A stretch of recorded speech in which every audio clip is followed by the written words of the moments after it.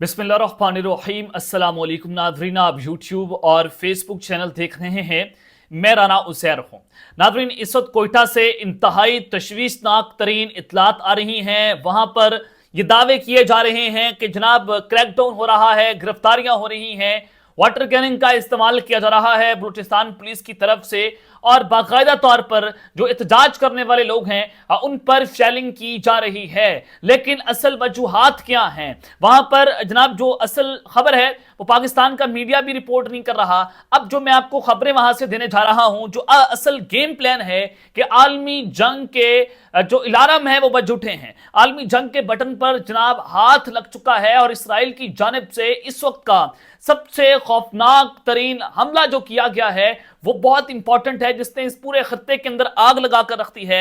हवाई अड्डे अलर्ट कर दिए गए हैं और फिर वहीं पर दूसरी जानिब America, Donald Trump, Israel Netanyahu यानी कि जो इसराइली वज़ीर आज़म है उनकी आग का खेल शुरू कर दिया है। इस पूरी दुनिया से क्या खबरें आ रही हैं और बिलखसूस बलूचिस्तान जो है वो इस टारगेट नंबर 1 बना हुआ है। ये क्या तफसीलात हैं, ये क्या खेल वहां पर खेला जा रहा है। और फिर पाक फौज ने भी दो टोक ऐलान कर दिया है। अपना नुमाइंदा फौज ने इस वक्त मैदान में उतार दिया है। अफगानिस्तान की सूरत हाल भी आपके सामने रखनी है, लेकिन आगे बढ़ने से पहले आप सबसे दरख्वास्त के चैनल को सब्सक्राइब कर लें, बेल आइकन को दबा दें।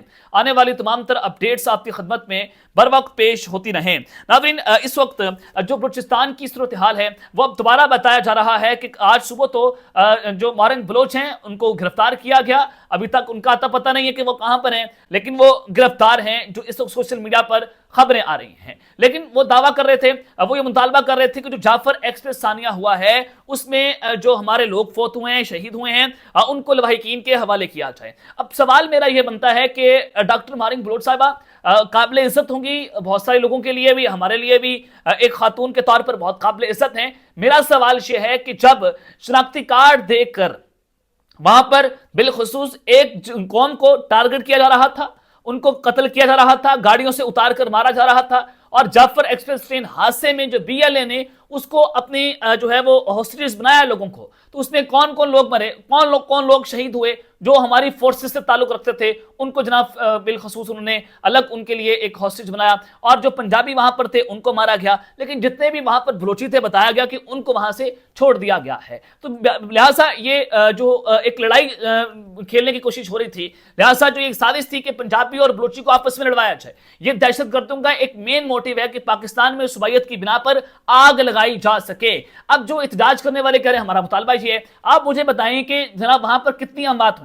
अभी तक ये वो क्लियर नहीं है, अभी तक ये नहीं पता कि वहां पर क्या कोई बलोची शहीद हुआ था या हमारा भाई शहीद नहीं हुआ था या कोई हमारी बहन शहीद हुई थी। चलें आगे चलते हैं। मारिंग बलोच साहिबा गिरफ्तार हैं और बताया जा रहा है कि अब दोबारा वहां पर शदीद क्रैकडाउन शुरू हो गया है। जो सोशल मीडिया पर चीजें चल रही हैं वहां पर जो है वो शेलिंग हो रही है। अब मैं आपको असल गेम प्लान बताना चाहता हूं कि इस वक्त जो इजराइल है वो करने क्या जा रहा है। आलमी जंग के बटन पर हाथ लग चुका है। ये किस मुल्क ने हमला किया है, हवाई अड्डे जनाब क्यों अलर्ट हो गए हैं, जरा आप ये सुन लें। फिर हम पाक फौज की तरफ जाएंगे कि उन्होंने भी दो टोक ऐलान कर दिया, अपना नुमाइंदा उन्होंने मैदान के अंदर जनाब उतार दिया है। देखिए, इसराइल ने गजा पर जो मैंने आपको रिपोर्ट भी किया था उसने वहां पर शदीद बमबारी की और पिछले 48 घंटों में 130 फलस्तीनी उसने शहीद किए, और 5 रोज के अंदर फलस्तीनियों की जो शुहदा की तादाद है वो 630 हो गई है। अब इतने बड़े पैमाने के ऊपर इसराइल जो है वह गजा पर बमबारी कर रहा है। अब ये चाहिए चला ही था कि इसराइल ने एक और जंग जो है मुसल्लत कर दिया। इसराइल ने गजा के साथ लिबनान पर भी जनाब हमला कर दिया है। देखिए, पाकिस्तान की पॉलिटिक्स होती रहेगी, इस वक्त आलमी दुनिया की जो पॉलिटिक्स है वो समझने की जरूरत है, और फिर आपको समझ आएगी कि असल में बलूचिस्तान के अंदर खेल क्या खेला जा रहा है। देखिए, इसराइल ने गजा के साथ लिबनान पर जो हमला शुरू कर दिया है, अरब मीडिया इसको रिपोर्ट करता है कि इसराइली फौज ने लिबनान के मुख्तलिफ इलाकों पर तकरीबन 15 हमले किए हैं, जिनमें 2 अफराद जाँ बहक हुए हैं और 8 जख्मी होने की इतलात हैं। इसराइली फौज ने यह कहा है कि लिबनान पर हमलों का सिलसिला खत्म नहीं होगा, आइंदा घंटों में लिबनान पर मजीद हमले किए जाएंगे। इसराइली मीडिया के मुताबिक आज सुबह लिबनान से इसराइल पर 3 रॉकेट फायर किया गया। अब ये कह रहे हैं कि लिबनान ने इसराइल पर 3 रॉकेट फायर किया और इसराइली फौज ने रॉकेट हमला नाकाम बनाने का दावा किया। फिर उसके जवाब में इसराइल कहता है कि हमने 15 हमले वहां पर कर दिए हैं, और हिजबुल्लाह ने इसराइली हमलों पर रद्द-ए-अमल देते हुए कहा है कि इसराइल पर रॉकेट हमले में हिजबुल्लाह का कोई हाथ नहीं आया और लिबनान में जंग बंदी मुआहदे की मुकम्मल पाबंदी कर रहा है। लेकिन इसराइली रॉकेट हमले का बहाना बनाकर लिबनान पर दोबारा जंग मुसल्लत करना चाहता है। लिबनान ने कहा कि हमने कोई हमला नहीं किया, और ये सिर्फ बहाना बनाकर इसराइल जो है वो यहां पर जंग दोबारा मुसल्लत करना चाहता है। अब असल में गेम प्लान क्या है? अफगानिस्तान, बलूचिस्तान اور امریکہ کیا کر رہا ہے؟ امریکہ نے حالیہ بھی زلمے خلیلزاد کو افغانستان کے اندر بھیجا، یعنی کہ پاکستان نے پہلے پیس ٹاک جو نیگوشیشن چل رہی تھی امریکہ کی اور افغانستان کی، اس میں پاکستان نے بڑا عام ترین کردار ادا کیا۔ اب کیا وجہ بنی کہ ڈونلڈ ٹرمپ نے اپنا جو ہے وہ ایک سولو فلائٹ لیتے ہوئے اپنا نمائندہ افغانستان بھیج دیا، وہ ڈائریکٹ ان کے ساتھ رابطے کے اندر آ گئے۔ اور پھر سوال یہ آ رہا ہے کہ افغان طالبان جو ہیں وہ بگرام ایئر بیس امریکہ کو دینے جا رہے ہیں۔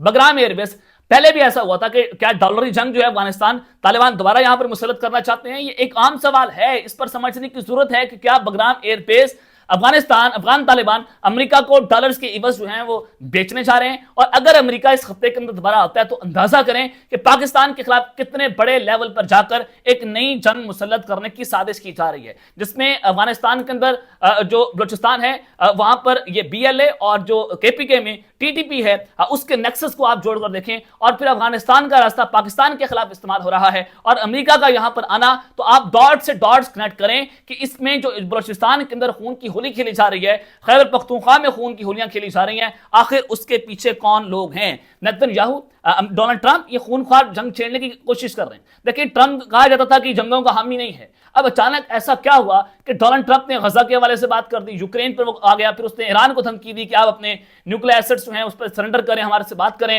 ورنہ ہم اپنے مطابق پھر آپ کو جواب دیں گے، آپ کی دھجیاں اڑا کر رکھ دیں گے۔ اب یہ دھمکیاں تب چل رہی ہیں، اور پھر افغانستان سے جو نیٹو کا اسلحہ ہے وہ دہشت گرد پاکستان کے خلاف استعمال کر رہے ہیں، تو یہ آپ اندازہ کریں کہ کس لیول پر جا کر تباہی کا ایک نیا طوفان کھڑا کرنے کی کوششیں ہو رہی ہیں۔ اب یمن نے اعلان کیا ہے، جو ہوائی اڈوں والی خبر دے رہا ہوں، کہ یمن نے اعلان کیا کہ اپنے تمام ایئر لائنز جو ہیں وہ آپ گراؤنڈڈ کر لیں۔ اب ہم نے ٹارگٹ کرنا ہے، اب آپ نے ہمارے اوپر حملہ کر لیا، اور ہم ایئر لائنز کو ٹارگٹ کس طرح سے کریں گے؟ جب ہم ایئر سٹرائکس آپ کے اوپر کریں گے، اگر اس دوران کوئی ایئر لائن چل رہی ہوئی اور وہ اس میں آ گئی تو پھر آپ ہم سے گلہ نہ کیجیے گا۔ اس کا مطلب یہ ہے کہ یمن جو ہے وہ بھی اب اعلان جنگ کر چکا ہے۔